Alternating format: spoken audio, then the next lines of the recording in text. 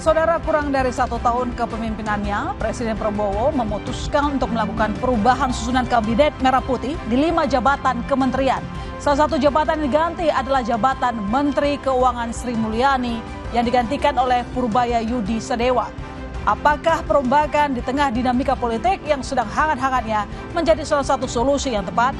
Selain itu, sorotan lainnya di malam hari ini, saudara, adalah malam hari ini Timnas Indonesia akan bersiap menghadapi Timnas Lebanon dalam laga FIFA Matchday. Strategi apa yang bakal diterapkan Patrick Kluivert menghadapi lawan dengan peringkat FIFA lebih baik dari Timnas?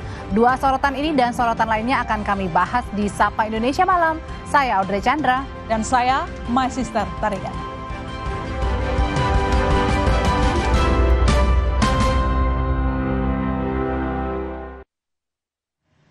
Presiden Prabowo Subianto, saudara, merombak 5 kementerian di Kabinet Merah Putih dan melantik 1 menteri baru, Menteri Haji dan Umroh.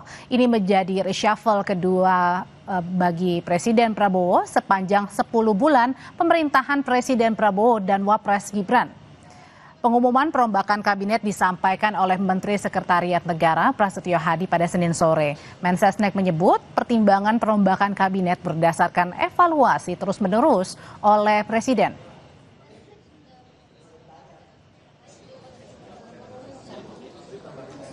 Bapak Presiden memutuskan untuk melakukan perubahan susunan Kabinet Merah Putih pada beberapa jabatan kementerian.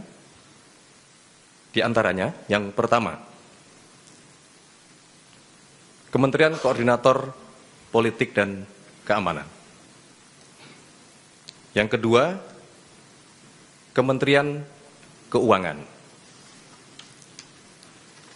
Yang ketiga, Kementerian Perlindungan Pekerja Migran Indonesia. Keempat, Kementerian Koperasi. Dan kelima, Kementerian Pemuda dan Olahraga. Senin sore, Presiden Prabowo Subianto langsung melantik 4 menteri baru di Kabinet Merah Putih. Di antaranya adalah Menteri Keuangan Purbaya Yudi Sadewa, Menteri Koperasi Ferry Juliantono, dan Menteri Perlindungan Pekerja Migran Indonesia Mukhtarudin. Selain itu, Presiden juga melantik Menteri Haji dan Umroh Muhammad Irfan Yusuf, Wakil Menteri Haji dan Umroh Daniel Ansar Simanjuntak. Sementara untuk 2 nama lainnya yang menjadi Menteri Koordinator Bidang Politik dan Keamanan dan Menteri Pemuda dan Olahraga belum dilantik Presiden. Mengetahui lebih lanjut terkait dengan perombakan atau reshuffle Kabinet Merah Putih sore hari ini, kita simak laporan dari jurnalis Kompas TV Alfania Rizky dan juru kamera Veriska Immanuel. Alfa, jadi sebenarnya apa pertimbangan perombakan 5 menteri ini dan adakah arahan khusus yang disampaikan oleh Presiden Prabowo terhadap para menteri yang baru? Audrey dan juga saudara, kalau secara langsung tadi disampaikan oleh Menteri Sekretaris Negara Prasetyo Hadi terkait dengan alasan perombakan kabinet kedua di Kabinet Merah Putih ini memang merupakan evaluasi dan hak prerogatif Presiden Prabowo Subianto. Tetapi kalau boleh saya ulas sedikit untuk Anda riwayat dari beberapa menteri yang kemudian diganti oleh Presiden Prabowo Subianto. Misalkan untuk Menteri Keuangan yang digantikan oleh Purbaya Yudi Sadewa yang merupakan kepala LPS sebelumnya, ini tersebar isu bahwa sebenarnya Menteri Keuangan Sri Mulyani ini sudah mengajukan beberapa kali pengunduran diri kepada Presiden Prabowo Subianto, dan puncaknya ketika sempat terjadi kericuhan demo beberapa waktu lalu. Kemudian yang kedua ada Menteri P2MI Adis Abdul Karding yang kemudian digantikan oleh Mukhtarudin, Alek Komisi 2 DPR RI. Ia juga menggantikan Adis Karding terkait dengan skandal yang sebelumnya menimpa Adis Karding yang berfoto dengan salah satu pengusaha yang memiliki skandal. Kemudian ada juga Menteri Koperasi Budi Ari yang kemudian digantikan oleh Wakil Menteri Koperasi Ferry Juliantono dari fraksi atau dari Partai Gerindra. Ia juga merupakan terkait dengan skandal yang melibatkan Budi Ari. Dalam hal ini adalah judi online dan satu kementerian baru yaitu Kementerian Haji dan Umroh yang sesuai dengan hasil rapat paripurna DPR RI memang harus segera ditentukan siapa pemimpinnya yang kemudian dipilih oleh Presiden Prabowo Subianto adalah Kepala BPH Haji. Setidaknya ini yang bisa kami analisis terkait dengan perombakan kabinet Merah Putih kedua ini. Audrey.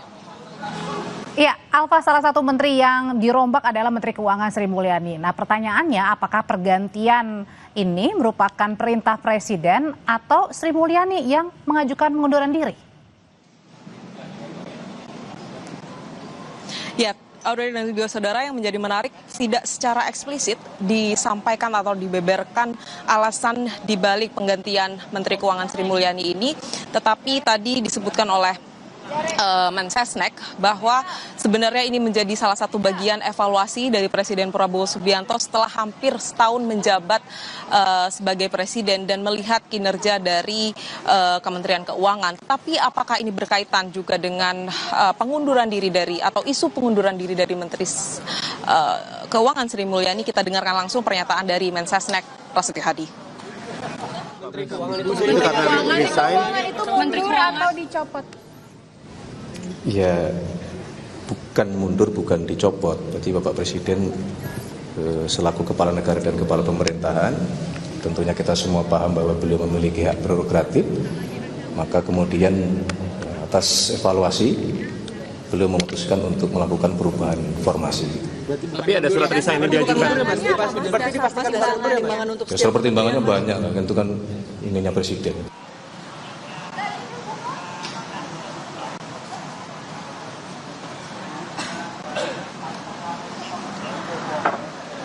Ya, Menteri Keuangan baru mendapatkan arahan khusus dari Presiden Prabowo Subianto untuk mengejar pertumbuhan ekonomi 8% secepatnya, yang menjanjikan setidaknya 2 sampai 3 tahun lagi pertumbuhan 8% itu akan tercapai. Tetapi kalau di periode sekarang, apalagi pasca kericuhan demo kemarin, Menteri Keuangan yang baru menyebutkan memang akan ada perlambatan ekonomi.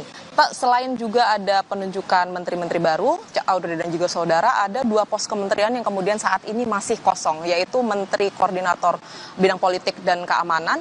Budi Gunawan juga dicopot oleh Presiden Prabowo Subianto dengan alasan juga evaluasi. Tetapi yang awak media dengar bahwa pengganti ad interimnya atau menteri ad interim dari Budi Gunawan adalah Menteri Pertahanan Syafri Syafruddin yang akan menjabat atau merangkap jabatan untuk sementara waktu sampai nantinya akan ditentukan Menko Polhukam yang baru.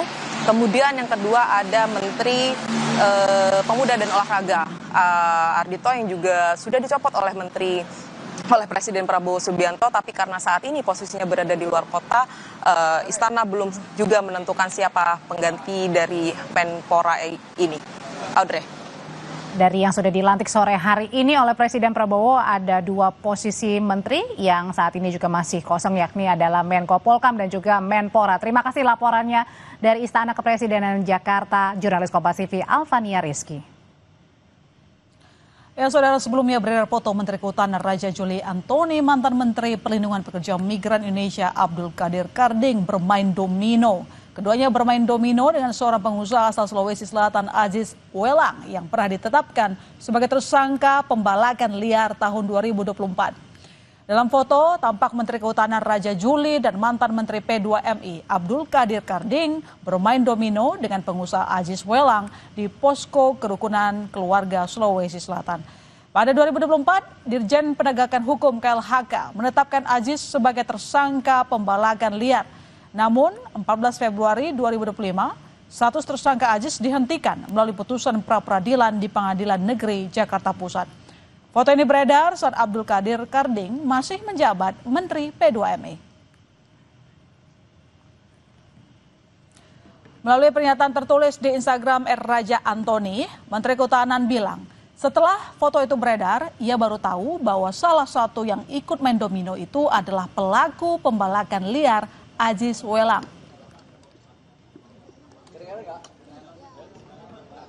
Setelah berita ini beredar, dirinya baru tahu bahwa salah seorang yang ikut main tersebut adalah Aziz Welang yang diberitakan sebagai pembalak liar. Bagi saya, tidak ada sedikit pun ruang bagi siapapun yang melakukan pelanggaran hukum di kawasan hutan. Saya akan tegakkan hukum setegas-tegasnya kepada pembalak liar tanpa pandang bulu, ujar Menteri Kehutanan Raja Juli Antoni.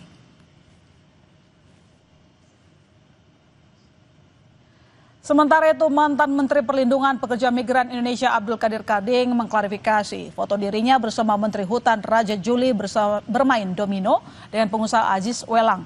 Karding bilang ia mengajak Raja Juli datang untuk mengobrol di Posko Kerukunan Keluarga Sulawesi Selatan (KKSS). Karding minta publik tak menyalahkan Raja Juli sebab dirinya bertanggung jawab penuh saat mengundang Raja Juli main domino. Karding mengaku tak mengenal Aziz Welang secara personal.